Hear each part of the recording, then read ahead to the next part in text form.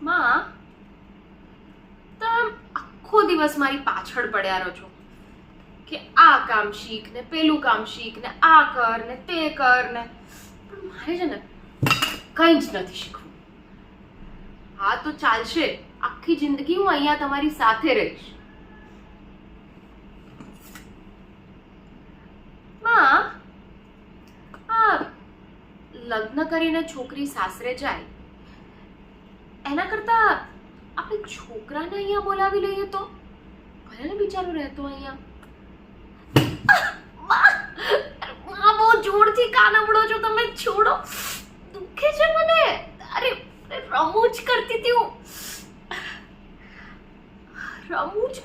હું, બાકી મારાથી રિવાજ તોડાય? ના જ તોડાય. હા, પણ મારા બાપુ રિવાજ તોડવામાં મારો સાથ આપી શકે છે. હે રે બાપુ,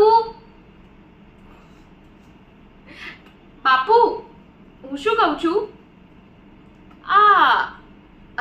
અત્યારે જુનાગઢ કાગળ મોકલાવો અને એમને એવું કહો કે અમારી રતનને તમારા દીકરાને મળવું છે.